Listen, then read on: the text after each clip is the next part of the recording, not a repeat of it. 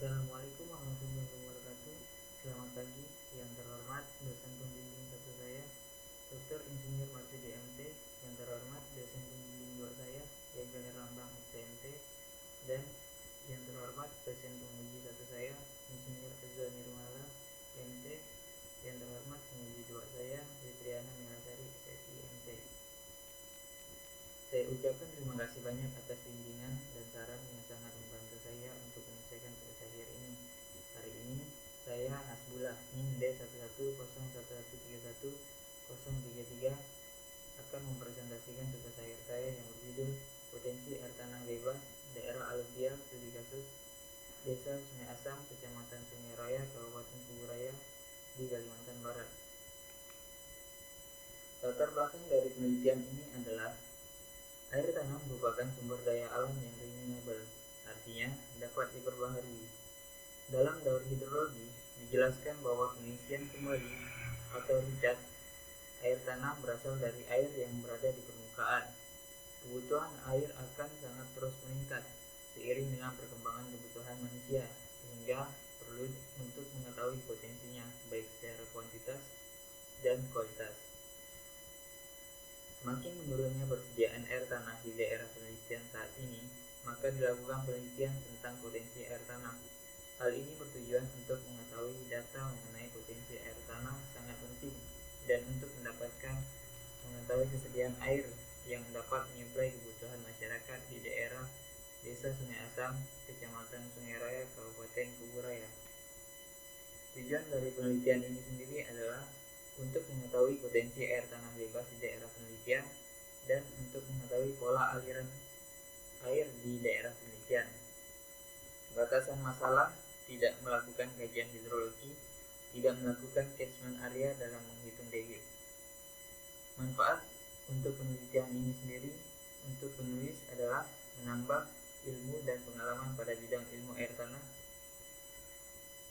Kemudian untuk masyarakat, untuk mengetahui kesediaan air tanah yang dapat digunakan sesuai baku mutu yang berlaku, serta untuk perusahaan mendapatkan masukan dari mahasiswa dalam mengkaji potensi air tanah dan akuifer bebas di daerah penelitian.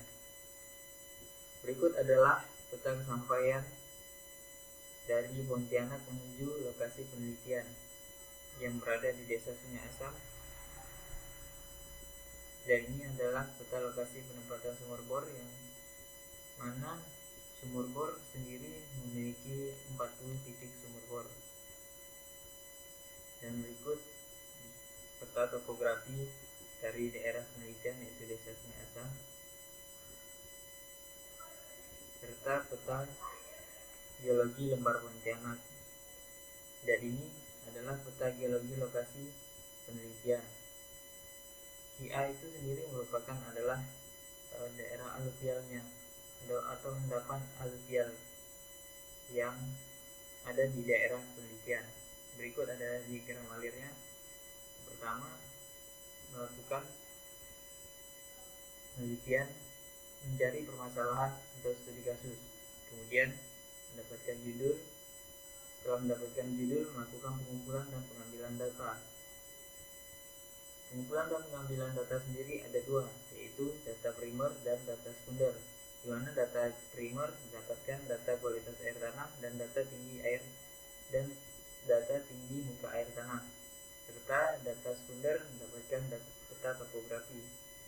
Setelah mendapatkan kedua data tersebut, melakukan pengolahan data. Pengolahan data yaitu melakukan perhitungan dengan rumus air tanah bebas, serta melakukan analisis dan pembahasan dan mendapatkan kesimpulan dan saran. Berikut adalah penurunan muka air tanah. Penurunan muka air tanah dapat dihitung dengan rumus sebagai berikut menurut TOOD 1959. Q sama dengan P kali K kali H max kurang H min per ln R sama dengan 3,14 kali 0,0002 kali 70 kurang 60 per ln 100. Dapatkan hasil 0,000628 liter per second, di mana Q sendiri merupakan debit pompa, K merupakan nilai permeabilitas, dan mana K yang didapat di sini adalah menggunakan tabel yaitu 0,0002 untuk kerikil pasir. Dan Hmax adalah tinggi dari muka freatik sampai lapisan kedap air, serta Hmin adalah titik terendah muka freatik sampai lapisan kedap air. Kemudian R adalah jari-jari antar sumur pompa. Kecepatan aliran air. Kecepatan aliran air tanah dapat ditentukan dengan persamaan menurut Sento Subakyo 1990. V sama dengan I per A. Q sama dengan min K kali dH per dl. Maka K sama dengan 1 per A dalam kurung min K kali dH per dl sama dengan 1 per 336.660 dalam kurung min 0,0002 meter per hari kali 70 per 60 bagi 200 sama dengan min 2.970 meter per hari. 336.660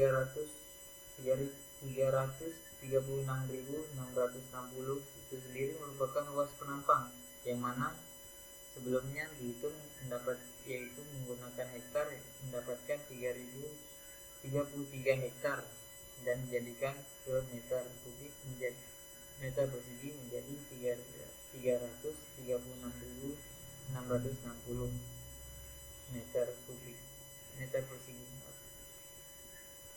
Kemudian debit air tanah didapatkan dengan perkiraan rumus Q sama dengan T kali I kali L.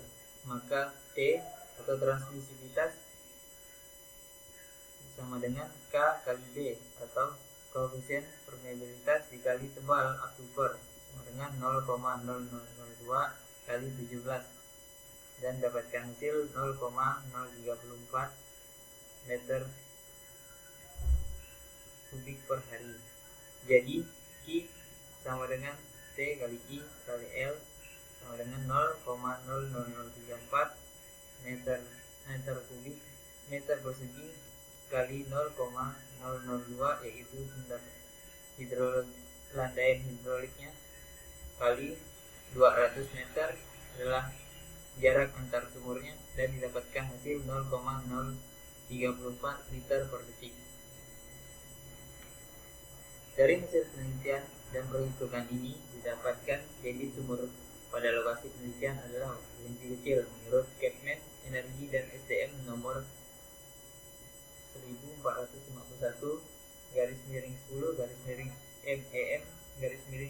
pada tabel yang ada pada draft skripsi 4.1 karena debitnya sebesar 0,034 liter per detik, yaitu di bawah 2 liter per detik. Maka klasifikasi debit sumur pada Desa Sungai Asam, Kecamatan Sungai Raya, Kabupaten Kuburaya adalah berpotensi kecil, sehingga air sumur tidak dapat digunakan untuk memenuhi kebutuhan air bersih. Proyeksi kebutuhan air bersih. Perhitungan. Diketahui I atau debit sama dengan 0,034 liter per detik dan kebutuhan masyarakat untuk per orangnya didapatkan 0,0012 liter per orang per hari.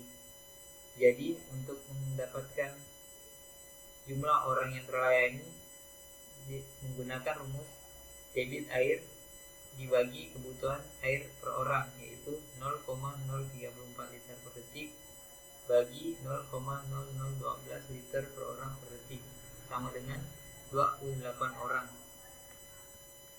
Dan berikut merupakan pola aliran air tanahnya, di mana garis berwarna kuning merupakan batasan dari akuifer yang berada pada daerah penelitian tersebut, dan untuk garis birunya sendiri adalah pola alirannya, serta tanda panah itu menunjukkan bahwa pola alirannya menuju ke arah Sungai Kapuas.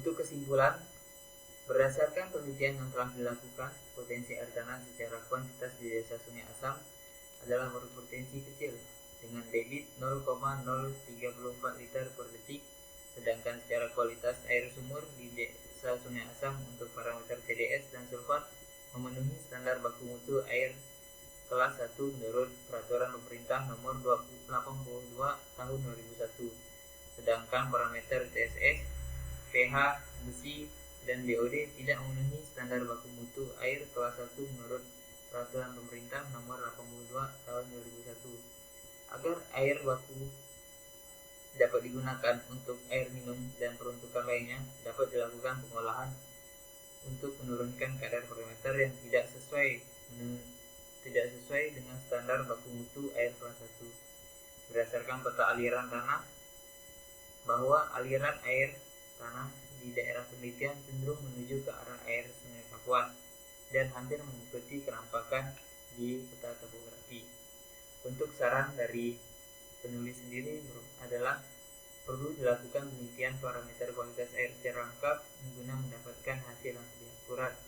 Karena pada penelitian ini sudah dijelaskan kenapa hanya melakukan